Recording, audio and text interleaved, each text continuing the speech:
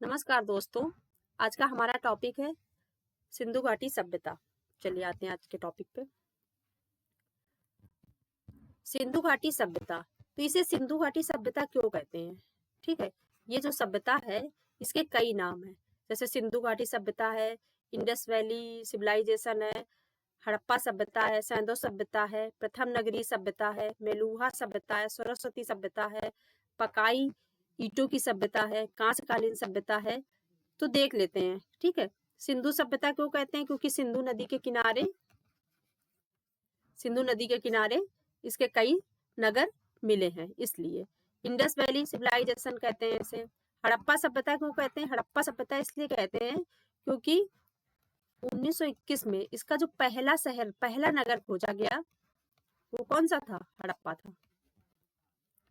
ठीक है, सैंधव सभ्यता भी इसीलिए कहते हैं। ठीक है, सिंधु सभ्यता के कारण सैंधव सभ्यता। प्रथम नगरीय सभ्यता, अब प्रथम नगरीय सभ्यता इसलिए कहते हैं क्योंकि यहाँ से नगरों की जानकारी मिली है। ठीक है, हड़प्पा मोहनजोदड़ो जैसे बड़े बड़े नगर मिले हैं, इसलिए क्या कहते हैं कि पहली नगरीय सभ्यता थी। मेलुहा सभ्यता कहते हैं क्योंकि वहां से व्यापार होता था। सरस्वती सभ्यता कहते हैं क्योंकि सरस्वती नदी के किनारे भी कुछ स्थल मिले हैं। पकाई ईंटों की सभ्यता, पकाई ईंटों की सभ्यता क्यों कहते हैं कि क्योंकि जो हम लोग आजकल यूज करते हैं ये ईंटें पकी हुई, ये उस समय से ही हमें देखने को मिल रही है। तो सोचिए वो कितनी डेवलप सभ्यता रही होगी। कांस्य युगीन सभ्यता इसलिए कहते हैं क्योंकि यहाँ पर से कई कांसे की मूर्तियां मिली हैं। चलिए अब देखते हैं, ये तो समझ में आ गया इसे क्या क्या कहते हैं। क्वेश्चन कुछ भी आए, सिंधु घाटी की सभ्यता, इंडस वैली सिविलाइजेशन, हड़प्पा, सैंधव सभ्यता या प्रथम नगरी सभ्यता, मेलुहा सभ्यता, सरस्वती सभ्यता, पकाई ईंटों की सभ्यता या कांस्यकालीन सभ्यता, ये सब एक है। और इनका समय क्या माना जाता है? 2300 से 1750। ठीक है, इनका समय क्या माना जाता है? 2300 से 1750। क्वेश्चन पूछा जाता है कि सिंधु घाटी सभ्यता को पहली बार किसने देखा? ठीक है, पहली बार किसने देखा कि यहाँ कुछ ऐसा है? तो किसने देखा? चार्ल्स मैसन ने 1826 में। ठीक है, लेकिन इन्होंने कुछ किया नहीं, बस इन्हें ऐसे लगा कि कुछ है, कुछ सभ्यता है, कुछ मतलब यहाँ पे ऐसा टीला जैसा कुछ है। ठीक है, मतलब इनकी नजर में पहली बार आया। ठीक है, चार्ल्स मैसन की। उसके बाद क्या है? भारतीय पुरातत्व सर्वेक्षण की स्थापना हुई, ASI की। कब हुई? 1861 में हुई। कब हुई? 1861 में। इसके पहले निर्देशक कौन बनाए गए? अलेक्जेंडर कनिंघम पहले। इन्हें खोजने का श्रेय मिलता है क्योंकि इन्होंने ही पहली बार क्या किया? इन्होंने खुदाई उदाई तो नहीं की, लेकिन इन्होंने पहली बार सिंधु सभ्यता, इन्हें लगा कि हाँ कुछ सिंधु सभ्यता मतलब कुछ सभ्यता जैसी है, यहाँ पे कुछ प्राचीन ऐसा है जिसे खोजा जा सकता है, जिसे देखा जा सकता है। ठीक है, ये अध्यक्ष बने थे 1878 में। तो ये आता है कि एक तो ये आता है कि पहले भारतीय पुरातत्व सर्वेक्षण के पहले निर्देशक कौन थे? ठीक है, तो अलेक्जेंडर कनिंघम थे और इन्हें ही इसे खोजने का श्रेय दिया जाता है। चलिए आते हैं दूसरे पे। खोज, वो तो अगर कहा जाए कि क्या बोलते हैं सिंधु घाटी सभ्यता की खोज किसने की, तो वो हो जाएगा अलेक्जेंडर कनिंघम। ठीक है, लेकिन यहाँ पे क्या है, अब जब शहरों की बात होगी तो हर शहर को अलग अलग लोगों ने खोजा है। ठीक है, चलिए फिर क्या हुआ? उसी के भारतीय पुरातत्व सर्वेक्षण विभाग के दूसरे अध्यक्ष कौन बने? जॉन मार्शल बने। कब बने? 21 में। ये निर्देशक बने। इन्होंने क्या किया कि अब इनको लगा कि अकेले तो ये काम होगा नहीं, तो उन्होंने क्या किया कि एक के अध्यक्ष बनाया, उनको एक एरिया में भेज दिया। ठीक है, कि जाके आप यहाँ के आप अध्यक्ष हो, अब आप यहाँ पे देखो कि क्या क्या यहाँ पे मिल रहा है। तो इन्होंने क्या किया, पहले अध्यक्ष बनाए राय बहादुर दयाराम साहनी को 1921 में। तो इन्होंने क्या खोजा 1921 में? इन्होंने खोजा हड़प्पा, पहला शहर। ठीक है, 1921 में पहला शहर इन्होंने हड़प्पा खोजा। तो किसने खोजा? इन्होंने, राय बहादुर दयाराम साहनी ने, और 1921 में खोजा। ठीक है, फिर इन्होंने क्या किया, दूसरे बनाए RD बनर्जी को 1922 में। तो उन्होंने किसको खोजा? इन्होंने खोजा मोहनजोदड़ो को। ये कब हुआ? 1922 में। ठीक है, ये अभी जब ये शहरों को आगे देखेंगे, अभी आप यहाँ ये देख लीजिए कि ये पूछा जाता है कि हड़प्पा को किसने खोजा, तो हड़प्पा को खोजा किसने, राय बहादुर शाहनी ने, और किसके निर्देशन में, तो जॉन मार्शल के। और इसको मोहनजोदाड़ो को किसने खोजा, तो इन्होंने आर.डी. बनर्जी ने खोजा, कब, 1922 में। अब देखते हैं आगे। जो सिंधु सभ्यता है, ठीक है, इसकी खुदाई कितनी परतों में हुई है, ये क्वेश्चन पूछा जाता है। जो सिंधु सभ्यता है, इसकी खुदाई कितनी परत में हुई, मतलब जैसे कि पहली परत, दूसरी परत, नीचे तक 9 परतों में खोदा गया है। कहीं कहीं 2 परतों में खोदा गया, कहीं 3, ऐसे 9 परतों तक पूरी सिंधु सभ्यता को खोदा गया है। ठीक है, 9 परत तक नीचे तक ये लोग गए हैं कि फिर आगे जब हम पढ़ेंगे शहरों में, तब देखेंगे कौन सा शहर है जो 6 बार मतलब वो हुआ, 7 बार हुआ, इस तरह से क्वेश्चन आते हैं, उनको देखेंगे आगे। ठीक है, चलिए, तो अब देखते हैं 9 परतों में खोजा गया। फिर क्वेश्चन पूछा जाता है सिंधु घाटी सभ्यता में पूर्ण परिपक्व प्रमाणिक नगर कितने हैं। ठीक है, देखिए, पहले क्या था कि हड़प्पा और मोहनजोदड़ो को ही पूर्ण परिपक्व नगर माना जाता था, क्योंकि यही सबसे ज्यादा, यहाँ पे सबसे ज्यादा सामग्री मिली है। ठीक है, लेकिन कहीं कहीं 6 भी माना जाता है। तो जब हमारे यहाँ टीजीटी में या पीजीटी में क्वेश्चन आता है, तो अगर दोनों ऑप्शन है तब ज्यादा कंफ्यूजन होता है, 2 और 6। ठीक है, अगर कोई एक है, 2 आ गया या 6 आ गया, तब तो कोई कंफ्यूजन नहीं है। लेकिन अब हम क्या मानेंगे, हम 6 को ही प्रमाणित मानेंगे, क्योंकि 6 है और इन सब ये स्थल भी काफी वो है, और इनसे काफी कुछ ऐसा मिला है जिसका आज भी प्रयोग होता है। ठीक है, जैसे अलंकृत ईंटें, ठीक है, यहाँ पे चंद उदाहरणों से जैसे क्या मिला है, वो सौंदर्य प्रसाधन का सामान। ठीक है, लोथल, लोथल से बंदरगाह, तो किसी भी स्थल को हम पर अनपरिपक्व नहीं कह सकते हैं। ठीक है, परिपक्व ही कहेंगे, क्योंकि लोथल तो बहुत ही ज्यादा डेवलप था। ठीक है, बंदरगाह था, और ईरान से व्यापार हो रहा था, तो इसलिए हम क्या मानेंगे, हम अगर ऑप्शन आएगा तो हम 6 को ही परिपक्व नगर मानेंगे। ठीक है, चलिए अब आगे बढ़ते हैं। सैंधव सभ्यता के प्रमुख, लेकिन अगर प्रमुख आए, प्रमुख नगर, तो 2 नगर हैं। कौन से, हड़प्पा और मोहनजोदड़ो। अगर प्रमुख दे दे, प्रमाणिक न दे, प्रमुख दे, तो प्रमुख में तो 2 ही नगर हैं। कौन है, हड़प्पा और मोहनजोदड़ो। और इसे स्टुअर्ट जो पिगट हैं, उन्होंने क्या कहा है, इन्होंने इसे कहा है जुड़वा नगर, इन्होंने इसे जुड़वा नगर कहा है। क्वेश्चन पूछा जाता है सैंधव सभ्यता के जुड़वा नगर कौन से हैं, तो कौन है, हड़प्पा मोहनजोदड़ो। किसने कहा है, तो स्टुअर्ट पिगट ने कहा है। चलिए, इसमें कोई कंफ्यूजन, देखिए एक बार से फिर मैं रिपीट करा देती हूँ जल्दी से। जो क्या बोलते हैं, सिंधु घाटी सभ्यता की अगर खोज की बात की, पहली बार किसने देखा या खोजा, तो अलेक्जेंडर कनिंघम है। लेकिन खुदाई किसके निर्देशन में हुई, जॉन मार्शल के, 1921 में। हड़प्पा को खोजा राय बहादुर दयाराम साहनी ने 1921 में, और मोहनजोदड़ो को खोजा आर.डी. बनर्जी ने। सिंधु सभ्यता की 9 परतें पाई गई हैं, परिपक्व एवं प्रमाणिक नगर 6 हैं, जुड़वा राजधानी स्टुअर्ट पिगट ने कहा है, और किसे कहा है, हड़प्पा और मोहनजोदड़ो को। चलिए नेक्स्ट पे आते हैं। अब एक दशरथ शर्मा है, ठीक है, हड़प्पा और मोहनजोदड़ो को स्टुअर्ट पिगट ने कह दिया, लेकिन दशरथ शर्मा ने कालीबंगा को सिंधु सभ्यता की तीसरी राजधानी कहा है। वो दोनों तो पहली दूसरी हो गई, हड़प्पा और मोहनजोदड़ो। तीसरी राजधानी किसे कहा है, इसे कहा है कालीबंगा को। चलिए आगे बढ़ते हैं। भारतीय नगरीय सभ्यता का प्रथम उदाहरण कहाँ को देखने मिलता है, तो कहाँ मिलता है, मोहनजोदड़ो हड़प्पा में। पूछा जाता है कि पहली, और इनकी नगरीय सभ्यता बहुत कुछ आज उनकी नगरीय सभ्यता की तरह ही आज भी है। जैसे क्या है, जो सड़कें हैं समकोण पे काटती थी, ग्रिड पद्धति पे थी इनकी। ठीक है, पक्की ईंटों का प्रयोग था, तो मतलब प्रथम नगरीय व्यवस्था थी उस समय, इतने समय पहले, सोचिए कितना डेवलपमेंट था इनका। आगे देखते हैं, तो प्रथम नगरीय सभ्यता के उदाहरण कौन है, हड़प्पा और मोहनजोदड़ो। और अगर हड़प्पा और मोहनजोदड़ो की मुख्य विशेषता पूछी जाए कि मुख्य विशेषता उनकी क्या थी, तो उनकी नगरीय व्यवस्था ही मुख्य विशेषता थी। चलिए आगे देखते हैं। सिंधु सभ्यता किन देशों में देखी गई, मतलब सिंधु सभ्यता का जो वो है एरिया, वो कितने देशों में है, तो कहाँ कहाँ है, भारत, पाक और अफगानिस्तान। चलिए इसको देखते हैं ध्यान से। देखिए इसको इस तरह से देखते हैं।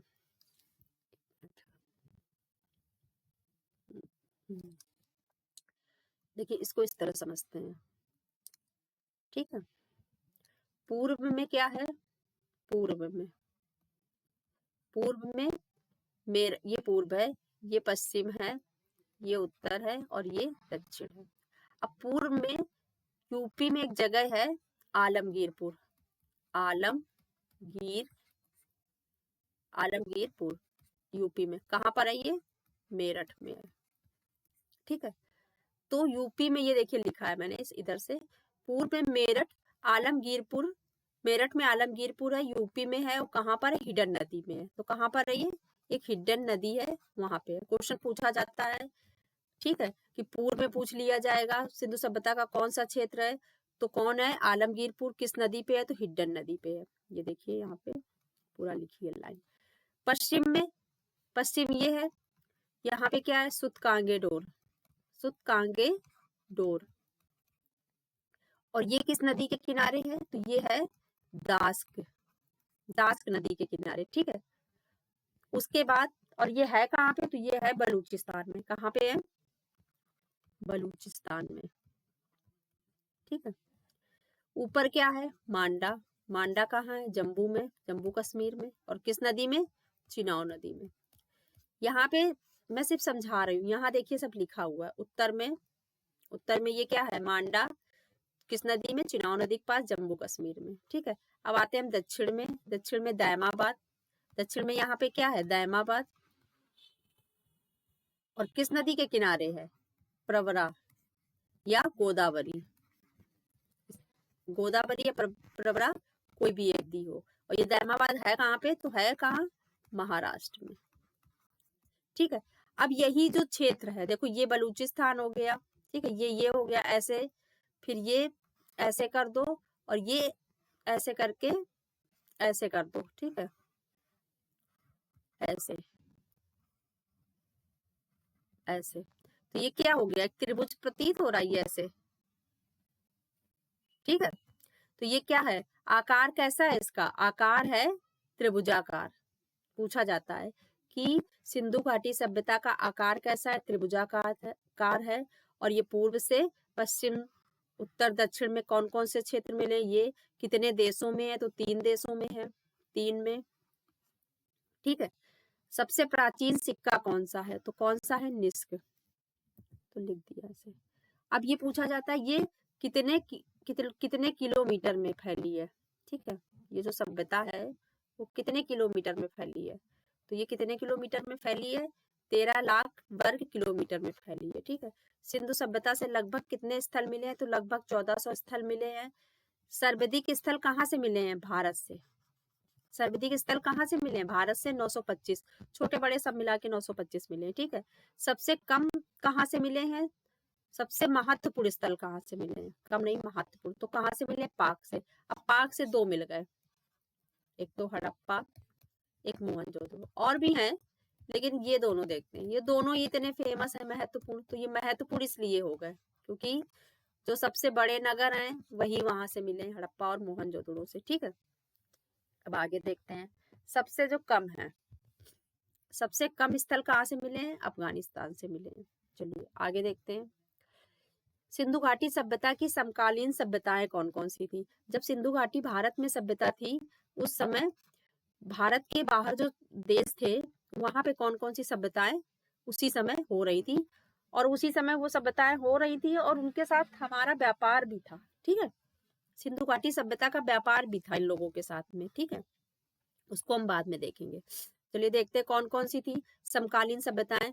इनमें से बस यही पूछा जाता है कि कौन सी सभ्यता समकालीन मतलब थी और किस नदी के किनारे थी या किस देश में थी।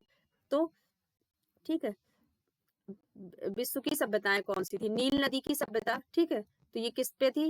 नील नदी के किनारे। ठीक है, मिस्र की सभ्यता है ये। किसकी सभ्यता है? मिस्र की, मिस्र की सभ्यता। यहाँ मिस्र की लिखने की जगह विश्व लिख दिया है। मिस्र की सभ्यता, तो ये कहाँ थी? नील नदी के किनारे थी। जैसे कि भारत सिंधु घाटी सभ्यता कहाँ थी? सिंधु नदी के तट पे। वैसे मिस्र की सभ्यता कहाँ थी? नील नदी के तट पे। चलिए दूसरी कौन सी थी? चीन की सभ्यता। ये कहाँ थी?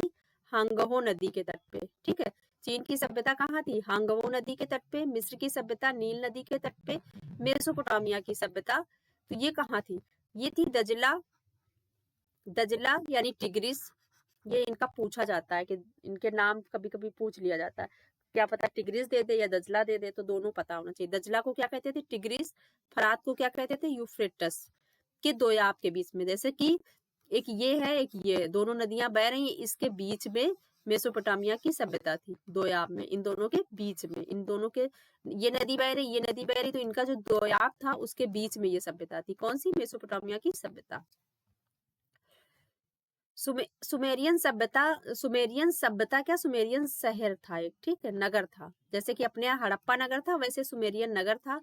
तो ये जो था, ये किस सभ्यता का था? तो ये था मेसोपोटामिया की सभ्यता का। किसका था? मेसोपोटामिया की सभ्यता का एक शहर था, ठीक है। ये किस नदी के किनारे था? तो ये फरात, यूफ्रेटस नदी के किनारे था। जैसे हमारे भी शहर देखेंगे अलग अलग नदियों के किनारे है ना, तो उसी तरह ये सुमेर था, सुमेर कहते थे। और ये कहाँ पे था? तो ये फरात नदी यानी यूफ्रेटस नदी के किनारे था। सिंधु घाटी की सभ्यता का इनसे व्यापार होता था, क्योंकि इनकी जो मोहरें हैं वो हमारे यहाँ मिली हैं, ठीक है। चलिए आगे देखते हैं, नेक्स्ट पेज पे आते हैं। अब ये देख लीजिए आप लोग, चलिए आगे बढ़ते हैं। नगर नियोजन, देखते हैं नगर नियोजन इनका कैसा था, क्योंकि इनकी सबसे, इतना तो हमने देख लिया, ठीक है। अब हम इनका देखते हैं, एक मिनट।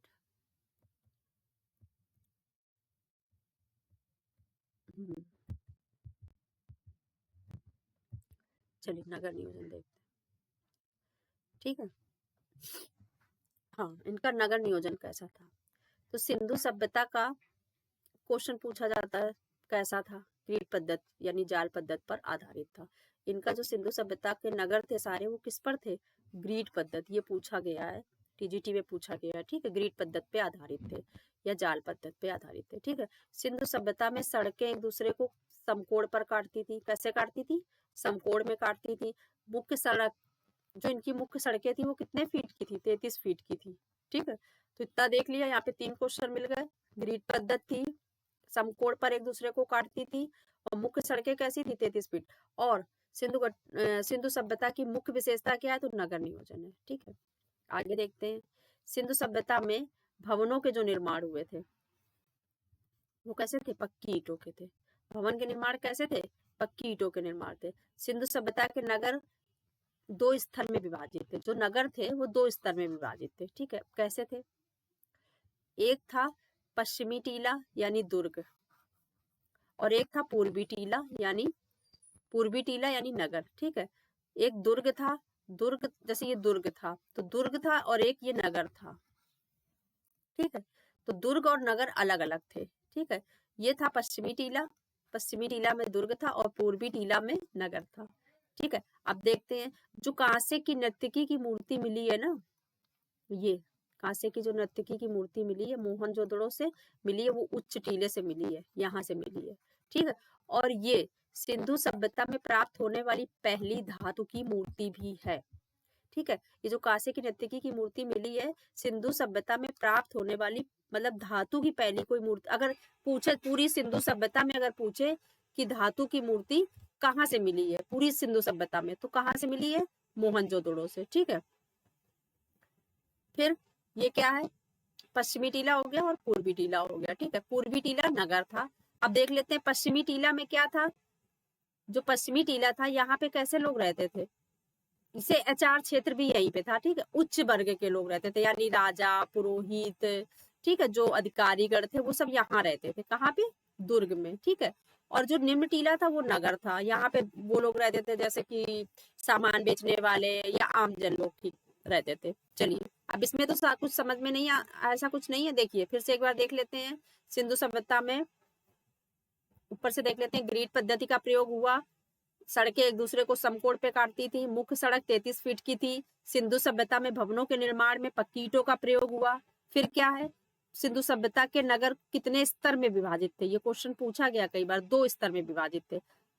अगर पूरे उसको देखा जाए तो 2 स्तर में विभाजित थे, लेकिन कुछ कुछ ऐसे हैं जो 3 स्तर में विभाजित हैं। उनके विषय में अलग से पढ़ेंगे। कोई 1-2 नगर हैं जो 3 स्तर में विभाजित है, ठीक है, तो उनका डिटेल अलग से पढ़ेंगे। लेकिन पूरी अगर सिंधु सभ्यता की बात की जाए तो 2 स्तर में विभाजित था, पश्चिमी टीला और पूर्वी टीला। पूछा जाता है पश्चिमी टीला क्या था? दुर्ग था। पूर्वी टीला नगर था। और कौन कहाँ रहता था? तो पश्चिमी टीला यानी दुर्ग होगा, तो वहां उच्च अधिकारी राजा लोग रहेंगे, पुरोहित, और जो पूर्वी टीला था, जो नगर था, वहां कैसे लोग रहेंगे? निम्न वर्ग के लोग रहेंगे। ठीक है, अब देखते हैं सिंधु सभ्यता के नगरों का विभाजन। वो तो हो गया, नगर नगर की क्या पृष्ठभूमि थी। अब ये विभाजन कैसे बटे हुए थे, कौन सा नगर कैसे बटा हुआ था, देखते हैं। सबसे पहले देखते हैं हड़प्पा और मोहनजोदड़ो को। ठीक है, सबसे पहले किसको देखते हैं? हड़प्पा और मोहनजोदड़ो का लमसम एक जैसा था। केवल क्या था, दुर्ग टीला जो था वो रक्षा दीवार से घिरा था। अब जैसे देखिए क्या था, ये दुर्ग हो गया और एक ये हो गया नगर। तो जो नगर था ये बस ऐसे बसा था। ठीक है, लेकिन जो दुर्ग था, दुर्ग पहले बना था, फिर ये क्या था, एक ऐसी रक्षा दीवार से ढका था। ठीक है, और कहीं दरवाजे होंगे। ठीक है, लेकिन ये नहीं ढका था, ये पूरा खुला था। ठीक है, तो ये हो गया हड़प्पा मोहनजोदड़ो का, ये हड़प्पा मोहनजोदड़ो की हो गई। ठीक है, कि क्या है, नगर जो है, ये फिर से दिखाते हैं, ऐसे छोटा छोटा बनाते हैं ताकि सारे नगरों का डिफाइन कर पाएंगे। देखिए, अब जैसे कि हम पहले देखते हैं हड़प्पा का, किसका देखते हैं, हड़प्पा का। तो ये हो गया इनका दुर्ग और ये हो गया इनका नगर। ठीक है, तो इनका जो दुर्ग है ये क्या है, ऐसे एक रक्षा प्राचीर से घिरा हुआ है, नगर नहीं घिरा है। ठीक है, अब आगे देखते हैं कालीबंगा। कालीबंगा में क्या है, दुर्ग और नगर दोनों अलग अलग। अब यहाँ पे क्या, ये दुर्ग है, ठीक है, और ये इनका नगर है, और दुर्ग भी ऐसे घिरा है। ठीक है, और ये भी ऐसे घिरा है, मतलब दोनों घिरे हैं, अलग अलग से घिरे हैं। ठीक है, इसमें क्या है, हड़प्पा मोहनजोदड़ो में सिर्फ दुर्ग घिरा हुआ है, जहाँ पे राजा लोग रहते हैं, सिर्फ उसको घेरा है, नगर को नहीं घेरा। लेकिन यहाँ पे क्या है, कालीबंगा में दुर्ग को भी घेरा है और नगर को भी एक रक्षा प्राचीर से घेरा गया है। ठीक है, समझ में आ गया। अब आगे चलते हैं, लोथल, सुरकोटा, बनावली, तीन हो गए। लोथल, सुरकोटा, बनावली, ये क्या है, दुर्ग और नगर, दुर्ग नगर टीला एक ही रक्षा। अब इनमें क्या है, ये इनका दुर्ग हो गया, दुर्ग नगर हो गया, एक इनका ये टीला नगर हो गया। ठीक है, ये पूरा टीला नगर हो गया। अब क्या है, पूरी एक दीवार से घिरे हैं ऐसे। ठीक है, पूरी एक दीवार से घिरे हैं। कौन कौन, लोथल, सुरकोटा, बनावली, मतलब इनमें रहने वाले लोग और राजा लोग पूरी एक दीवार से ऐसे घिरे हैं। आगे देखते हैं चंदूदड़ो। चंदूदड़ो में क्या है, नगर भी होगा, दुर्ग भी होगा, लेकिन कोई घिराव नहीं है, बस बन गए, बस खत्म, बात हो गई है। ठीक है, कुछ घिरे विरे नहीं है। धौलावीरा में क्या हो गया है, टीलों को तीन स्तरीय विभाजन है। टीलों का जो है तीन स्तरीय विभाजन है, जो दुर्ग टीला, मध्य टीला और नगर टीला। मैंने बताया था ना, कहीं कहीं अलग अलग है, दो स्तरीय था, लेकिन यहाँ पे क्या है, तीन स्तरीय है। एक तो क्या हो गया इनका, एक तो इनका हो गया दुर्ग, एक जो दुर्ग है वो, जो इनका एक जो दुर्ग है ये, ठीक है, दुर्ग टीला, मध्य टीला, नगर टीला के रूप में विभाजित है। एक दुर्ग टीला हो गया, एक बीच में मध्य टीला हो गया, और एक इनका नगर टीला हो गया। मतलब कि ये नगर हो गया, एक मध्य टीला हो गया, और ये इनका दुर्ग टीला हो गया, तीन स्तर में। तो ये केवल एक ही स्थल है जो त्रिस्तरीय है। तो कौन है, धौलावीरा। समझ में आ गया। और कहीं नहीं ऐसे लिख रहा है इनका कि कहीं पे कुछ बलक घिरा विरा है। ठीक है, चलिए तो अब आगे देखते हैं। ये समझ में आ गया सबको। चलिए, सिंधु सभ्यता। सिंधु सभ्यता ठीक ऐसी बहुत पूछा जाता है। सिंधु सभ्यता अभी नाम ही है इसका, कांस्यकालीन सभ्यता। ठीक है, सिंधु सभ्यता कैसी थी, कांस्यकालीन थी। यहाँ कांसे का प्रयोग होता था। ठीक है, तांबा और टिन मिला के, तांबा प्लस टिन मिला के किसका प्रयोग होता था, कांसे का। ठीक है, लेकिन जो मानव था इसने सर्वप्रथम कौन सी धातु का प्रयोग किया है, तांबे का। ये बहुत बार पूछा जाता है कि मानव ने सर्वप्रथम कौन सी धातु देखी, तांबे की। ठीक है, तो ये तांबे की धातु यहीं पे देखी गई है। चलिए, तांबे से बने 424 यंत्रों के उदाहरण प्राप्त होते हैं गुंजेरिया एमपी से। ये इंपॉर्टेंट है, पूछा गया है क्वेश्चन, बहुत इंपॉर्टेंट है। ठीक है, तांबे से बने 424 यंत्रों के उदाहरण कहाँ से मिलते हैं, तो गुंजेरिया एमपी से मिलते हैं। अब खेती में देखते हैं, जो सिंधु घाटी सभ्यता का मुख्य व्यापार क्या था, इनका मुख्य व्यापार क्या था, मुख्य काम क्या था इनका, तो मुख्य व्यापार क्या था इनका, कृषि। ऐसा नहीं था कि व्यापार करने लगे थे तो इनका मुख्य व्यापार, मतलब जो इनका व्यापार भी था वो कृषि ही था। मतलब गेहूं था, जो चावल था, यही ये लोग आदान प्रदान का मुख्य आधार था। ठीक है, तो व्यापार का मुख्य आधार क्या था, कृषि था। यानी कृषि डेवलपमेंट थी। और कृषि बहुत अच्छे स्तर पे होती थी, उसका आगे एक उदाहरण मिलता है, क्योंकि यहाँ पे बहुत बड़े बड़े अन्न के भंडार मिले हैं, मतलब अन्नागार मिले जहाँ पे कि अन्न को रखा जाता था, और बहुत बड़े बड़े स्तर पे रखे, मतलब बहुत बड़ा, इतना बड़ा कि मतलब सबसे बड़ा जो एक वो मिला है, कोई भी जगह मिली है, सबसे बड़ी अन्नागार ही मिला है। तो इसका मतलब है कि इनका जो मुख्य कार्य था वो क्या था, मुख्य व्यापार क्या था, कृषि था। चलिए देखते हैं। अब इन्होंने क्या है, यहाँ पे कपास की खेती का प्रयोग मिलता है क्योंकि सूती वस्त्र मिलता है, ठीक है। सर्वप्रथम सिंधु सभ्यता में भारतीय उपमहाद्वीप में कपास की खेती का पता चलता है। सर्वप्रथम भारतीय उपमहाद्वीप में सर्वप्रथम सिंधु सभ्यता थी जहाँ पे कपास की खेती का प्रयोग पता चलता है। आगे देखते हैं। हड़प्पा निवासी पूजा किसकी करते थे, तो पाशुपत शिव की करते थे। हड़प्पा सभ्यता में सर्वाधिक उपासना किसकी होती थी, तो मातृ देवी की होती थी, ठीक है। पाशुपत शिव की पूजा करते थे, लेकिन अधिक अगर बात करें तो मातृ देवी की, और ये मातृ सत्तात्मक था, मातृ सत्तात्मक सभ्यता थी, ठीक है, मातृ सत्तात्मक सभ्यता थी ये। सिंधु घाटी में पकी मिट्टी की मूर्तियों का निर्माण चिकौटी पद्धति से किया जाता था, ठीक है। एक इनकी चिकौटी पद्धति थी जिससे कि मिट्टियों का मूर्तियों का निर्माण किया जाता था। तो ये देख लीजिए फिर से, सबसे कांस्य युगीन है, तांबा टिन मिला के सर्वप्रथम मानव ने तांबे का प्रयोग किया। तांबे से बने 424 यंत्रों के उदाहरण कहाँ मिलते हैं, गुंजेरिया से। कपास की खेती सिंधु घाटी सभ्यता में पहली बार। हड़प्पा निवासी पूजा करते थे पाशुपत शिव की। उपासना किसकी की, इन्होंने मातृ देवी की। सिंधु घाटी में पकी मिट्टी की जो मूर्तियों का निर्माण होता था वो चिकौटी पद्धति से होता था। चलिए अब ये तो हो गया इधर का। अब देखते हैं सिंधु वृक्ष, कौन से वृक्ष की पूजा करते थे, ठीक है।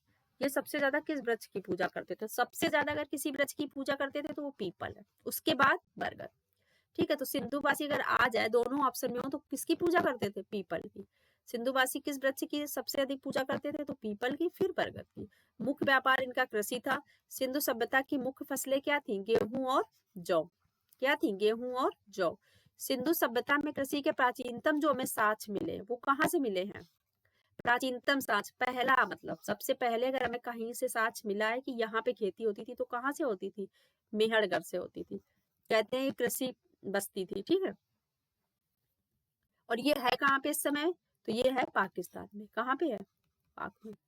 मेहरगढ़ ऐसा स्थल है, ये भी क्वेश्चन पूछा गया है कि कौन सा ऐसा स्थल है जहाँ पे पाषाण संस्कृति से, पाषाण मतलब प्रागैतिहासिक, प्रागैतिहासिक से हड़प्पा सभ्यता तक के अवशेष मिले हैं। तो कौन है वो, मेहरगढ़ है। क्योंकि नौपाषाण में हम क्या करने लगे थे, खेती करने लगे थे, ठीक है। तो प्रागैतिहासिक काल से लेकर यानी पाषाण संस्कृति से लेकर हड़प्पा सभ्यता तक के अवशेष कहाँ से मिले हमें, मेहरगढ़ से मिले।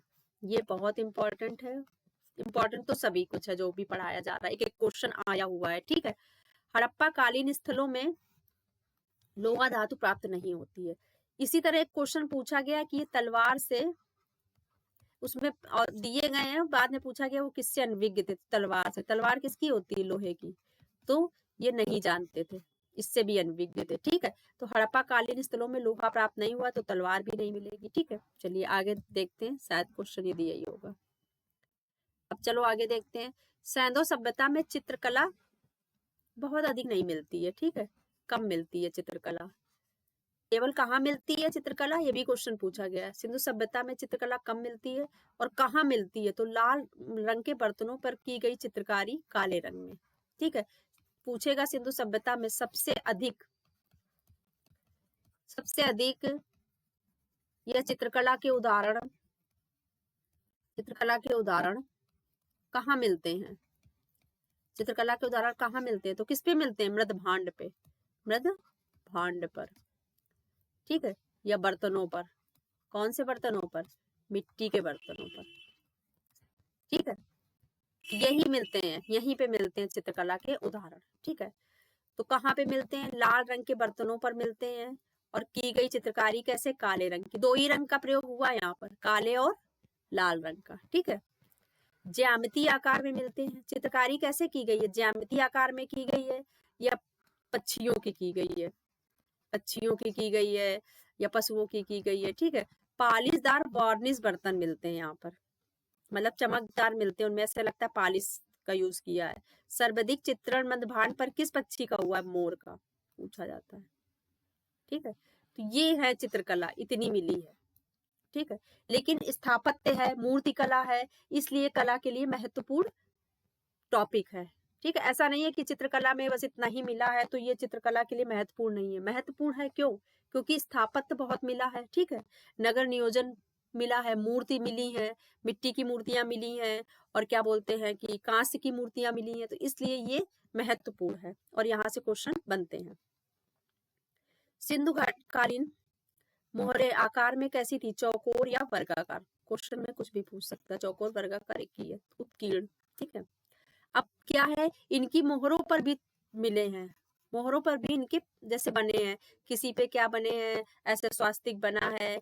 तो जो इनकी मोहरें हैं, कोई भी जैसे इनकी ये मोहर है, उस पे 5 से अधिक चित्र नहीं मिले हैं, ठीक है। कोई कोई वो बना है, जानवर बना है, और इनके जैसे स्वास्तिक बना होगा, ऐसे कहीं ऐसे ऐसे बना होगा, तो ये कितने हैं?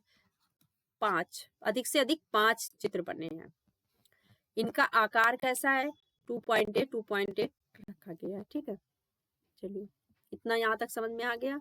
फिर से देख लीजिए, कम मिलती है लाल रंग के बर्तनों पर, काले रंग से की गई है, ज्यामितीय आकार में की गई है, पॉलिशदार बर्तन मिले हैं, सर्वाधिक जो मतलब कि चित्रण हुआ है मोर का हुआ है, और वर्गाकार मोहरे हैं 2.8 बाई 2.8 में। सैंधव सभ्यता में अभिलेख युक्त मोहरे सर्वाधिक मिली हैं, अभिलेख युक्त मोहरे मिली हैं, तभी इसे सैंधव सभ्यता को क्या कहते हैं? आद ऐतिहासिक काल, आद ऐतिहासिक काल। लिपि जो है मिली है, पढ़ी नहीं गई है, ठीक है। तो ये क्या हो गया है? आद ऐतिहासिक काल, क्योंकि लिपि तो मिली है यहाँ पर, लेकिन इसे पढ़ा नहीं जा सका है, कोशिश चल रही है लेकिन अभी पढ़ी नहीं गई है। तो ये कौन सा समय है? आद ऐतिहासिक काल है, ठीक है। चलिए देखते हैं, सैंधव सभ्यता में अभिलेख युक्त मोहरे सर्वाधिक मिली है, कहाँ से? तो हड़प्पा से मिली है। हड़प्पा सभ्यता की सर्वोत्तम कलाकृतियां मिलती हैं मोहरों पर जो उभरी हुई हैं। मोहरों पर जो कलाकृतियां हैं तो वो वैसी चपटी चपटी नहीं है, वैसी उभरी हुई हैं। जैसे हम लोग के यहाँ सिक्कों में नहीं, जैसे कि सिक्कों में जो चीजें बनी होती हैं तो वो दिखती हैं, वैसे जो इनकी जो मोहरें मिली हैं उन पे भी वो चीजें उभरी हुई हैं, ठीक है। चलिए आगे बढ़ते हैं। टेराकोटा टेराकोटा फिगरिन किसे कहते हैं? टेराकोटा फिगरिन किसे कहते हैं? मृण मूर्तियों को। वो मूर्तियां जो मिट्टी की बनी हो, ठीक है, मिट्टी की बनी हो, फिर उन्हें क्या किया जाए? फिर उन्हें पकाया जाए, पकाया जाए, तो वो क्या हो जाएंगी? टेराकोटा फिगरिन, मृण मूर्तियां। चलिए, मोहनजोदड़ो और हड़प्पा में पाई गई जो सीलें हैं किस माध्यम में बनाई गई हैं? सर्वाधिक सेल खड़ी, तत्पश्चात टेराकोटा। सेल खड़ी जो है कि पत्थर होता है, क्या होता है? पत्थर होता है। क्वेश्चन ये पूछा गया है कि सिंधु घाटी सभ्यता से सबसे ज्यादा मोहरें या सीलें किस धातु की मिली है? तो किसकी मिली है? सेल खड़ी की। और उसके पश्चात किसकी मिली है? टेराकोटा की। सैंधव सभ्यता प्रसिद्ध है किसके लिए? वास्तुकला, मूर्तिकला, चित्रकला के लिए। सैंधव सभ्यता किसके लिए प्रसिद्ध है? चित्रकला, मूर्तिकला और वास्तुकला के लिए। लेकिन अगर पूछा जाए कि चित्रकला मुख्यतः किसके लिए प्रसिद्ध, सैंधव सभ्यता जो है वो मुख्यतः किसके लिए प्रसिद्ध है? तो मुख्यतः किसके लिए प्रसिद्ध है? वो वास्तुकला के लिए। किसके लिए प्रसिद्ध है? वास्तुकला के लिए, ठीक है।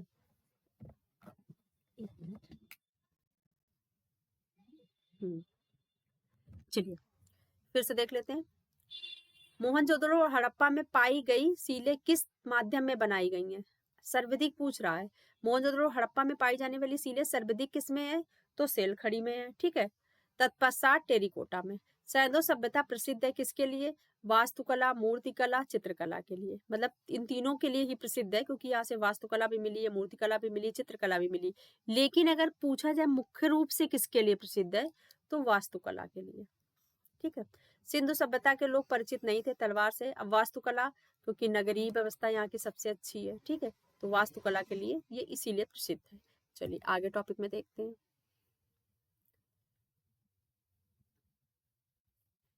टेरिकोटा जो मूर्ति बनाई गई है टेरिकोटा में, वो पक्की मिट्टी की बनी है। टेरिकोटा मतलब पक्की मिट्टी, ठीक है, पक्की मिट्टी में मूर्तियां बनाई गई हैं। सिंधु सभ्यता में अब क्या क्या मिला है देखते हैं हम, ठीक है। परस्पर आलिंगन करते बंदरों का खिलौना, कुतरती हुई मुद्रा में बैठी गिलहरी, एक दुबका हुआ मेढक, ये तीनों खिलौने चीनी मिट्टी के बने हैं। ये 3 खिलौने मिले हैं जो किसके बने हैं? चीनी मिट्टी के बने हैं। परस्पर आलिंगन करते बंदरों का खिलौना, कुतरती हुई मुद्रा में बैठी गिलहरी, एक दुबका हुआ मेढक, ये चीनी मिट्टी के मिले हैं। अब मूर्ति पूजा का जो आरंभ है, तो ये पूछा जाता है मूर्ति पूजा का प्रथम उदाहरण कहाँ मिलता है? मूर्ति पूजा का, ठीक है। मूर्ति पूजा ना होकर के अगर मूर्ति स्थापत्य का पूछ ले, या मूर्ति बनने का जो उदाहरण है वो कहाँ से सर्वप्रथम प्राप्त होता है, ये पूछ ले। मूर्ति पूजा का तो पूरी तरह से नहीं डिफाइन कर सकते, लेकिन फिर भी मातृ देवी की कई मूर्तियां मिली तो माना जाता है कि मतलब मातृ देवी इनकी पूजा की जाती थी, ठीक है। तो मूर्ति पूजा का आरंभ सर्वप्रथम कहाँ से मिलता है? तो हड़प्पा सभ्यता से मिलता है, सिंधु घाटी सभ्यता से मिलता है, सैंधव सभ्यता से मिलता है, कांस्ययुगीन सभ्यता से मिलता है, कहीं से भी पूछे तो यही है, ठीक है। मूर्ति पूजा का प्रथम उदाहरण कहाँ से मिलता है? तो हमें कहाँ से मिलता है? यहाँ से मिलता है। देखिए, प्रागैतिहासिक काल में एक मूर्ति मिली है, किसकी मिली है? हड्डी की, लेकिन उसको मान्यता नहीं मिलती है। ये माना जाता है कि वो किसी जानवर या किसी इंसान की भी हो सकती है, तो इसलिए उसे, क्योंकि वो हड्डी की मिली है, तो इसलिए उसको ये माना जा रहा है या किसी की हड्डी हो सकती है, मूर्ति नमा उसका आकार है, तो उसको पूरी तरह से वो नहीं माना गया, बस मिली है, ठीक है, उसको कोई मानता नहीं है। तो मूर्ति पूजा का अगर आरंभ माना जाएगा तो कब से माना जाएगा? सिंधु घाटी सभ्यता से, ठीक है। चलिए आगे देखते हैं अब यहाँ से कैसे कैसे मिली है मूर्तियां। सिंधु काल में जो मूर्तियां बनती थी वो कैसे बनती थी? लॉस्ट वैक्स कास्टिंग से, मधुशिष्ट विधि बोलते हैं इसे, ठीक है। लॉस्ट वैक्स कास्टिंग का प्रयोग किया जाता था। हिंदी में भी पूछा जा सकता है, इस पे भी पूछा जा सकता है। तो धातु की मूर्ति बनाने में इसका प्रयोग होता था। इसका प्रयोग कहाँ होता था? और एक होता था चिकौटी पद्धति, वो मिट्टी की मूर्तियों में होता था, चिकौटी पद्धति, ठीक है। और एक क्या होता था? लॉस्ट वैक्स कास्टिंग, तो ये किसमें हो रहा है? धातु की मूर्तियों में। देखो लिखा है चिकौटी। सिंधु कालीन पकी मिट्टी की मूर्तियों का निर्माण किस पद्धति से होता था? चिकौटी। 2 मूर्तियों के निर्माण पता चल गया, देखो, एक तो धातु वाली तो लॉस्ट वैक्स कास्टिंग से, और ये जो मिट्टी वाली है ये वो भी कौन सी मिट्टी? पक्की मिट्टी की, तो चिकौटी पद्धति से। चलिए आगे बढ़ते हैं, इनकी लिपि के विषय में पढ़ लेते हैं, लिपि से भी क्वेश्चन आते हैं। हड़प्पा कालीन लिपि कैसी थी? चित्राक्षर थी, ठीक है, चित्रों वाली लिपि थी। मतलब इनकी लिपि ऐसे, जैसे ऐसे कुछ चित्र बने हैं या ऐसे स्वास्तिक बने हैं, या मतलब चित्रात्मक लिपि थी, ठीक है। सर्पीला काल इसलिए कहते हैं क्योंकि ये ऐसे लिखी जाती थी, ऐसे ऐसे ऐसे ऐसे, इस तरह से। तो ये बाएं से दाएं लिखी जाती थी, तो ये इसे इसलिए क्या कहते थे? सर्पीलाकार कहते थे, इसलिए, ठीक है, इस तरह लिखी जाती थी। इस तकनीक को क्या कहते हैं? बुस्टोफेडन तकनीक कहते हैं। क्या कहते हैं? बुस्टोफेडन तकनीक, जो बाएं से दाएं लिखी जाती थी, ठीक है, बाएं से दाएं लिखी जाती थी। तो ये क्वेश्चन पूछा जाता है, कैसी थी? चित्राक्षर थी, ठीक है, पिक्टोग्राफ भी बोलते हैं, सर्पीलाकार, बुस्टोफेडन तकनीक है, बाएं से दाएं लिखी जाती है। इसमें लगभग कितने अक्षर मिले हैं? तो कहीं कहीं दिया जाता है 396 और कहीं 400, कुछ भी आए तो सही है, पहले इसको मानना, ठीक है। तो ये हो गई लिपि। चलिए आगे बढ़ते हैं, अब आते हैं हर पर्टिकुलर स्थान, अब आते हैं हड़प्पा पे। ये तुम्हारी हो गई सिंधु घाटी सभ्यता, उसकी मेन फ्रेमिंग, ठीक है, वो कैसे कैसे थी। अब हम आते हैं कि उस पे आते हैं नगर पे जो मिले हैं। तो पहला देखते हैं हड़प्पा किस नदी के किनारे है? रावी नदी के तट पर है, पूछा जाता है। स्थान कौन सा है? मंडगोमरी, पंजाब। पंजाब भारत का नहीं, पाकिस्तान का, ठीक है। तो ये कहाँ पर है? पाकिस्तान में है। हड़प्पा टीले का पता किसने किया? तो कनिंघम को पता चला। कब? 1878 में। खुदाई कब की? 1921 में। किसने की? दयाराम साहनी ने। किसके निर्देशन में की है? निर्देशन कौन थे? मार्शल। यहाँ कनिंघम बस समझ लेना, ठीक है, किसके निर्देशन में की है? तो मार्शल के। चलिए आगे देखते हैं, सिंधु घाटी की खुदाई में सर्वप्रथम अवशेष कहाँ से मिले? पहला कोई नगर खोजा गया तो कौन सा खोजा गया? हड़प्पा। हड़प्पा में मिट्टी के बर्तनों में किस रंग का प्रयोग होता था? लाल। पूरी हड़प्पा में 2 ही कलर का प्रयोग हुआ है, लाल, गेरू, और उसी लाल बर्तनों पर काले से कलर किया गया है, काले से चित्रण किया गया, ठीक है। तो लाल और काले। सिंधु सभ्यता में बहुरंग चित्रित पात चाक पर निर्मित कहाँ मिलते थे? हड़प्पा में, ठीक है। हड़प्पा मोहरों पर सर्वाधिक अंकन किसका हुआ है? मोहरे जो बनी है, क्वेश्चन पूछा था सबसे ज्यादा अंकन किसका हुआ? एक श्रृंगी वृषभ का, ठीक है। वृषभ है जो, उसका एक सींग है, उसका ज्यादा चित्रण हुआ है, ठीक है। एक श्रृंगी वृषभ, हाँ, एक ये वो मिली है, वो उसको क्या बोलते थे? मोहर बोलो या सेल बोलो, ठीक है। ये है एक श्रृंगी वृषभ सेल खड़ी लाल पत्थर पर कहाँ मिली है? लाल पत्थर पर, तो ये कहाँ मिली है? हड़प्पा में। और ये संग्रह कहाँ पे है? नेशनल म्यूजियम नई दिल्ली में। एक श्रृंगी वृषभ, एक सिंग का जो वृषभ है वो सेल खड़ी पत्थर पे बनी हुई है, ठीक है। वो लाल पत्थर होता है सेल खड़ी का, तो वो कहाँ पे संग्रह है? नेशनल म्यूजियम नई दिल्ली में। उसके बाद क्या मिला है? तांबे की एक इक्का गाड़ी मिली है हड़प्पा, दायमाबाद से भी मिली है, ठीक है। तांबे की एक इक्का गाड़ी मिली है जो कि दायमाबाद से भी मिली है, 2 जगह से मिली है तांबे की गाड़ी। कहाँ कहाँ से? हड़प्पा से, दायमाबाद से। यहाँ लिख दिया दायमाबाद का भी, ठीक है। लेकिन इक्का गाड़ी, तांबे की इक्का गाड़ी कहाँ से मिली? हड़प्पा से। अब देखिए क्या क्या मिला। तांबे गलाने का कारखाना मिला है। जब तांबे गलाने का कारखाना होगा तो तांबे की चीजें मिलेंगी। तांबे की इक्का गाड़ी, ठीक है। तांबे का दर्पण, तांबे का पैमाना, मांग विभाजन प्रमाण, ठीक है। और पक्षी का पिंजरा, ये सब चीजें कहाँ से मिली? हड़प्पा से। एक पैर में सांप को दबाए हुए गरुड़ का चित्रण मोहर पर मिला है। एक मोहर है जिसमें एक गरुड़ क्या कर रहा है? एक पैर में सांप को दबाए हुए, उसका चित्रण कहाँ से मिला है? वहां कहाँ से मिला? हड़प्पा से। चलिए आगे बढ़ते हैं। जुड़वा बच्चे, जुड़वा बच्चों का मिला है, वो किस पर मिला है? टेरिकोटा। टेरिकोटा से जुड़वा बच्चों का वो मिला है, ठीक है। मर्दभांड पर मछुआरा, मर्दभांड पर मछुआरे का चित्र बना है। अब आते हैं मूर्ति जो कि फेमस है, ठीक है, इंपॉर्टेंट है। नटराज की मूर्ति मिली है यहाँ से, ठीक है। किसकी है वो? पत्थर की है, मेल टोरसो बोलते हैं, ठीक है। नटराज है, मेल टोरसो है। ऊंचाई कितनी है? 3.6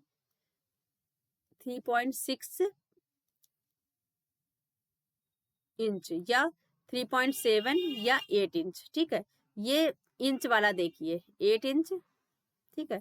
कहीं कहीं दे देता 3.6 8 इंच या 3.7 8 इंच, तो ये आप देख लीजिएगा। सेंटीमीटर में अगर होगा तो 9 ये हो जाएगा, ठीक है। ये मतलब ऐसे है, देखिए 8 इंच नहीं है, 3.6 मतलब 3.6 ऑब्लिक 8 इंच। इंच कितना? 3.6 या 8 इंच, ठीक है। या तो 3.6 होगा या 3.6 होगा या 3.8 होगा, ठीक है। या तो ये होगा या तो ये होगा, या 3.7 होगा या 3.8 होगा, ठीक है। तो ये ऑब्लिक करके है 7 8, ठीक है। तो सेंटीमीटर में कितनी है? 9.2 सेंटीमीटर, और इंच में होगी तो 3.7 या 3.8 या 3.6, 3 ऑब्लिक कर लो, ठीक है। 3.6 ऑब्लिक 7 ऑब्लिक 8, तो कुछ भी होती है, 3.6 हो सकती है, 3.7 हो सकती है, 3.8 हो सकती है, 9.2 सेंटीमीटर, ठीक है। नटराज की मूर्ति। चलिए, कहीं कहीं पे देता है कि इसके 4 हाथ भी हैं, ठीक है, शायद 4 हाथ। इस नटराज की मूर्ति में कितने हाथ हैं? 4 हाथ हैं। चलिए आगे देखते हैं। हड़प्पा से प्राप्त एक श्रृंगी जो वृषभ मूर्ति है वो किस पर बनी है? सेलखड़ी में। संग्रह म्यूजियम नई दिल्ली में, पीछे भी हमने पढ़ा था। हड़प्पा, हड़प्पा से एक चीज और मिली है, क्या? स्त्री के गर्भ से निकलता हुआ पौधा जिसे उर्वरता की देवी माना जाता है, ठीक है। एक तो ये मिला है, एक ये हो गई। एक हड़प्पा से प्राप्त एक श्रृंगी वृषभ मूर्ति है जो सेलखड़ी पे है। किस पे बनी होती? सेलखड़ी क्या है? ये पत्थर होता है, भी कैसा? लाल बलुआ पत्थर, ठीक है। नटराज मूर्ति हो गई। चलिए, अब ये कुछ अन्य चीजें मिली हैं यहाँ से। क्या मिली है? 6x6 का 6 6 बराबर 12 का अन्नागार मिला है, ऐसे 6 6 कमरे का, ठीक है। और R37 एक वो मिला है, कमरा मिला है, इसे कमरा बोला गया। 15 श्रमिक बस्ती मिली है। H समाधि स्थल मिला है। 18 वृत्ताकार चबूतरे मिले। ये भी कहाँ से मिला है? हड़प्पा से मिला है। चलिए आगे बढ़ते हैं। ये हमें याद करना पड़ते हैं सब, ठीक है, कौन सी चीज कहाँ से मिली है। ऋग्वेद में हड़प्पा को किस नाम से पुकारते हैं? तो हरियोपिया। ऋग्वेद में हड़प्पा को क्या कहा गया? क्योंकि वैदिक काल बाद में आया है। वैदिक काल कब आया है? बाद में आया है। वैदिक काल बाद में आया, वेद बाद में लिखे गए हैं, तो वहां पे हड़प्पा को क्या कहा गया है? हरियूपिया कहा गया है, माना जाता है। मोहरे सर्वाधिक बनी थी किसमें? सेलखड़ी में, ठीक है। फिर टेरिकोटा में। चलिए, हड़प्पा सभ्यता के लोग चिनाई के लिए किस प्रकार की ईंटों का प्रयोग करते थे? तो यल साइज की। इनकी ईंटें कैसी, जैसे अभी ईंटें कैसी होती है ऐसी होती है, लेकिन इनकी ईंटें कैसी होती थी? ऐसी। हड़प्पा सभ्यता को सिंधु सभ्यता का नाम किसने दिया है? तो जॉन मार्शल ने दिया है, ठीक है। किसने दिया है? जॉन मार्शल ने। क्यों? क्योंकि इन्हीं के निर्देशन में दयाराम साहनी ने हड़प्पा को खोजा था। हड़प्पा की काल की ईंटें किस मिट्टी से बनी होती थी? तो जलोढ़ मिट्टी से बनी होती थी। ये इंपॉर्टेंट है, ठीक है। अब आते हैं मोहनजोदड़ो में। हड़प्पा मोहनजोदड़ो का टॉपिक बड़ा है, उसके बाद फिर जो दूसरा टॉपिक है छोटा है। हड़प्पा मोहनजोदड़ो तक पढ़ते हैं, फिर उसको सेकंड उसमें टॉपिक में पढ़ेंगे। चलिए तो देखते हैं मोहनजोदड़ो और देख लेते हैं। इसे क्या कहते थे? मृतकों का टीला, रेगिस्तान का बगीचा, सिंध का नखलिस्तान, सिंध, ये इनके अन्य नाम है। वैसे मृतकों का टीला कई बार पूछा गया है, ठीक है। मृतकों का टीला किसे कहते हैं? तो मोहनजोदड़ो को कहते हैं। रेगिस्तान का बगीचा कहते हैं। सिंध का नखलिस्तान कहते हैं इसे। सिंधु नदी, ठीक, के तट पर ये बसा है। सिंध प्रांत का जिला लरकाना कहाँ पर है? पाक में है। तो भी मैंने कहा था कि पाक में महत्वपूर्ण स्थल, तो यही दोनों स्थल पाक में महत्वपूर्ण है, ठीक है। विश्व का प्राचीनतम नगर, ठीक है, खुदाई कब हुई है? 1922 में। हड़प्पा और मोहनजोदड़ो ही विश्व के प्राचीनतम नगर माने जाते हैं, ठीक है। किसने खुदाई की है? तो राखलदास बनर्जी ने की है। अब यहाँ से क्या मिली है? नर्तकी की मूर्ति मिली है, ठीक है। ये नर्तकी की मूर्ति है, जो एक हाथ कमर पे रखा है, वो वाली मूर्ति की बात हो रही, डांसिंग गर्ल, ठीक है। एक हाथ में, एक हाथ किस पे है? एक हाथ इनका किस पे है? कमर पर है। और दूसरे हाथ में कंधे से वहां तक इसमें वो है, चूड़ियां हैं पूरे हाथ में, ठीक है। ये कितने सेंटीमीटर की है? तो 10.5 सेंटीमीटर की है ये, ठीक है। Dancing girl. कब समय क्या है इसका? कार्बन डेटिंग से इसका समय क्या निकाला गया? 2700 से 2000। चलिए, इंच में अगर देखा जाए तो ये 4.1 इंच की है। कांस्य प्रतिमा है, ठीक है। किस तकनीक में बनी है? तो ये किस में बनी है? कास्ट डोगरा कास्टिंग में बनी है। किस में बनी है? कास्ट डोगरा कास्टिंग में। एक मिनट।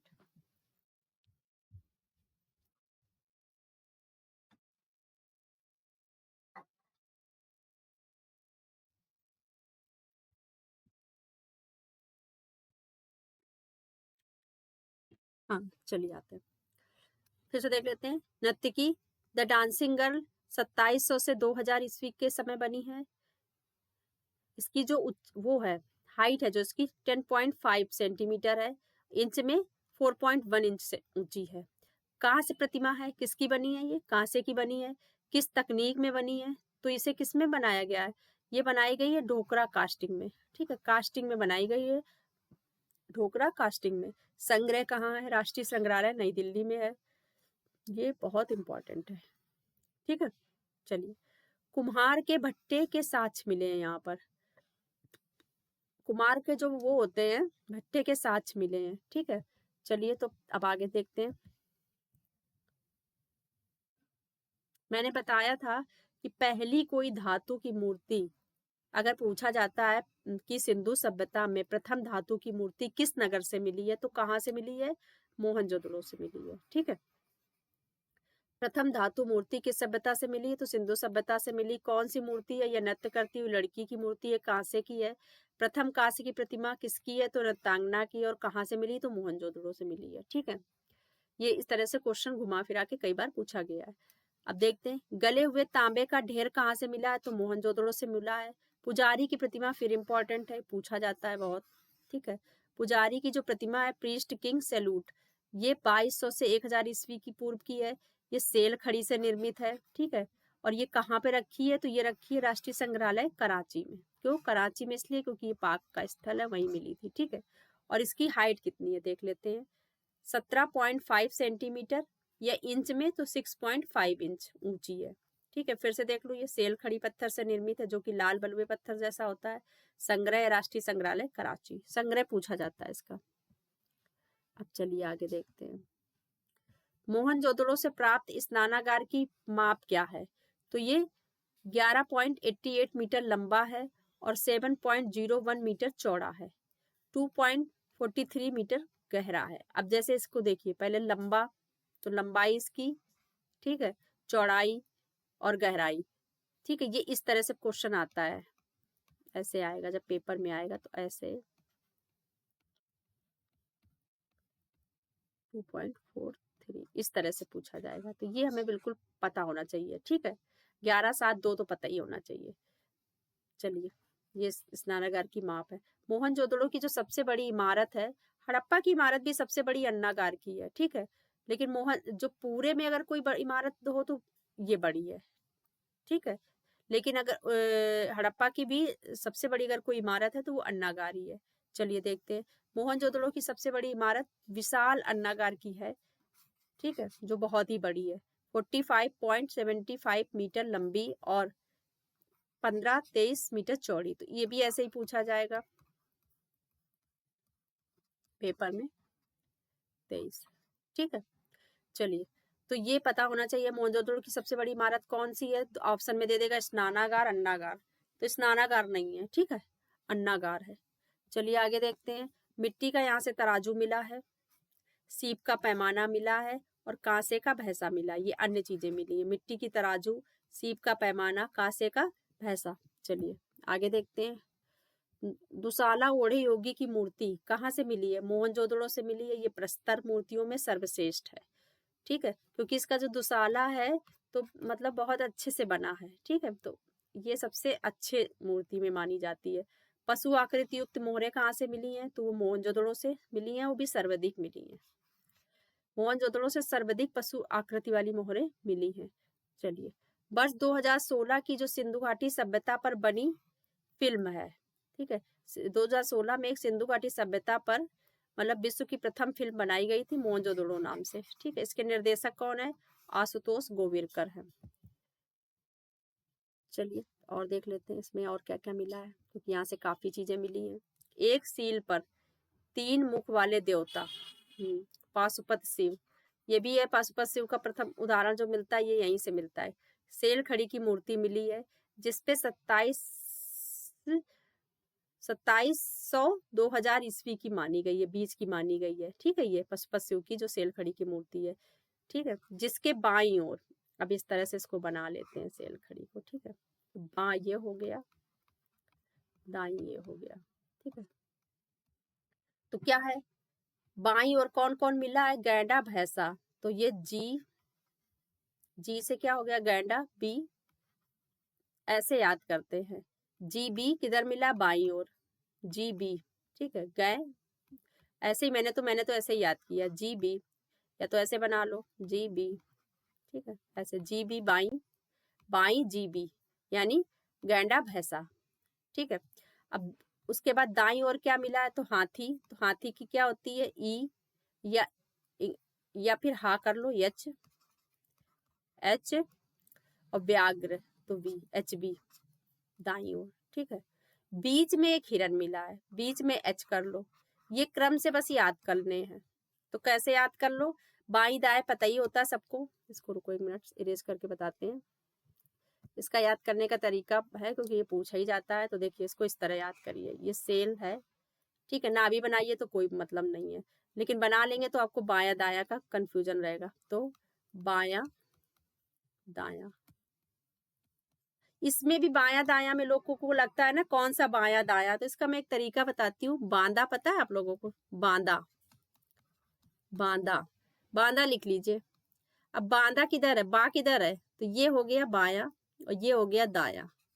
बस बांदा आपको पता है, बांदा शहर है, बांदा मतलब जगह का नाम है, एक जगह का, तो बांदा याद कर रखिए। जब बांदा आपने लिखा तो बांदा का जो बा है ये बाया है और ये दाया है, बस इसी तरह बाया दाया। अब मुझे लगता है बाएं दाएं में तो कंफ्यूजन नहीं होना चाहिए, बांदा शहर को बस याद कर लीजिए। तो अब ये बायां है, ये कहाँ गया बायां, और ये दायां है।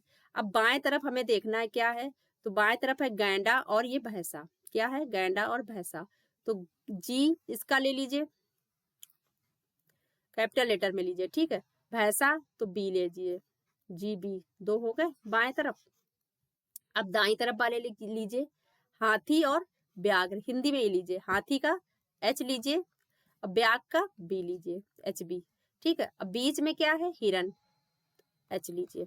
अब बस G B H H B, ठीक है, ये याद कर लीजिए आप, बस कुछ नहीं भूलेंगे, कौन बाएं तरफ है कौन उसकी तरफ है, ठीक है। एच एच बी याद कर लो सीधे सीधे, नहीं एक तरफ का याद कर लो, बस क्या याद कर लो, एच एच बी याद कर लो, एच एच बी, हिरन हाथी व्याघ्र, हिरन हाथी व्याघ्र। तो ये दाएं तरफ के हो गए, बाएं के रह गए तो पता ही चल जाएगा, गैंडा भैंसा, ठीक है। तो इस तरह से याद करने का एक तरीका है, बाकी सबके अपने अपने तरीके होते हैं। चलिए आगे देखते हैं, मोहनजोदड़ो से और क्या क्या मिला है। तो ये अन्य चीजें मिली हैं, क्या मिला है, स्वास्तिक चिन्ह मिला है, जड हार मिला है एक, ठीक है, ये पूछा जाता है जड हार। सभा भवन मिला है, यहाँ पर पुरोहित आवास मिला है, विद्यालय मिला है। और ये जो सभा भवन पुरोहित आवास ये सब कहाँ है, ये दुर्ग में है। विद्यालय मिला है, कच्ची मिट्टी की गिलहरी मिली है, मनके पर बंदर मिला है, ठीक है, कच्ची मिट्टी की गिलहरी, मनके पर बंदर, ठीक है। तो ये कहाँ पे मिला है, ये सब मिला है मोहनजोदड़ो से। चलिए आगे देखते हैं। हाँ, मोहनजोदड़ो बाढ़ के कारण 7 बार नष्ट हुआ। मैंने बताया था कि सिंधु सभ्यता जो हमारी है वो 9 परतें उसकी देखी गई हैं। तो 9 परतें वो इसीलिए देखी गई है कि कोई शहर है 2 बार वो हुआ फिर वहीं बसा। आज भी होता है, उड़ीसा है, कई तट वाले राज्य है जहाँ बाढ़ आती है, बाढ़ आने के बाद क्या होता है, वो गायब हो जाता है, फिर उसके बाद नया डेवलपमेंट होता है। आज भी शहरों में इस तरह का होता है। अभी कई जगह पे वो पहाड़ी एरियो में भी यही होता है कि कुछ दब जाते हैं। अब जो नीचे चीजें दब गई वो दबी ही रहेंगी ना, जब कभी खुदेंगी तब पता चलेंगी कि वहां पहले भी कुछ बने हुए थे, घर मिट्टी के सब थे। तो इसी तरह से पहले भी होता था, ठीक है, होता होगा ऐसा अनुमान लगाया जाता है, ठीक है। तो मोहनजोदड़ो क्या है, बाढ़ के कारण 7 बार नष्ट हुआ है, पुनः बसाया गया है। मोहनजोदड़ो के टीले के पूर्व में, मोहनजोदड़ो के टीले के पूर्व में जो टीला है इनका, इसके पूर्व में कुषाण कुषाण कुषाण काल का स्तूप मिला है। क्वेश्चन पूछा जाता है कि मोहनजोदड़ो का जो टीला है उसमें जो पूर्व में एक स्तूप मिला है वो किस काल में बना है, ठीक है। तो वो कब बना है, वो बना है कुषाण काल में। संगमरमर के साक्ष्य मिले यहाँ से, ठीक है। सबसे बड़ी सड़कें मोहनजोदड़ो से मिली हैं। पूरे सिंधु सभ्यता में सबसे बड़ी अगर सड़क की बात की जाए तो मोहनजोदड़ो से है, इसीलिए मोहनजोदड़ो को सिंधु सभ्यता का सबसे बड़ा नगर भी कहा जाता है, ठीक है। नटराज की मूर्ति मिली है यहाँ से, वो कैसी है, 7.8, ठीक है। उसके बाद इसके हाथ मिले हैं, वही इसके हाथ कितने मिले हैं, 4। चलिए अब आगे बढ़ते हैं। हाँ, अब ये लोथल हम लोग कल पढ़ेंगे, ठीक है, कल के वीडियो में पढ़ेंगे। अब यहीं पे इसको यहीं पे ऑफ करते हैं। चलिए फिर मिलते हैं आगे के सिंधु घाटी सभ्यता के आगे के टॉपिक में। धन्यवाद।